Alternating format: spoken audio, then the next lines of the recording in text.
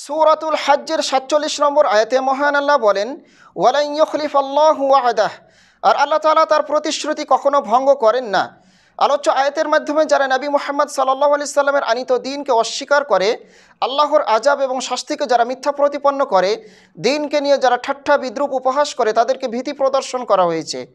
অত্র আয়াতের পূর্বের আয়াতগুলোতে যেমনটি আল্লাহ বলেন, ওয়া ইন ইউকাযযিবুকা ফাকাদ কাযযাবাত ক্বাবলাহুম কওমু নূহিন ওয়া আদ ওয়া সামুদ, হে রাসূল আপনি আশ্চর্য হবেন না তারা যদি আপনাকে অস্বীকার করে বা মিথ্যা প্রতিপন্ন করে, কেননা তারা ইতোপূর্বে তাদের নবী নূহ আলাইহিস সালামকে অস্বীকার করেছিল, আদ জাতি তার নবীকে অস্বীকার করেছিল, সামুদ জাতি তার নবীকে অস্বীকার করেছিল। ফলশ্রুতিতে আল্লাহর আযাব এবং শাস্তি তাদেরকে ঘিরে বসেছিল।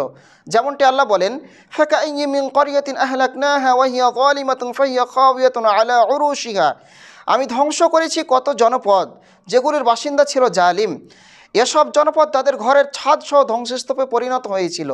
ওয়াবিইরিম মুআত্তালাতিন ওয়া কাসরিম মাশিদ, এবং কত কূপ পরিত্যক্ত হয়েছিল ও কত সুদৃঢ় প্রাসাদও।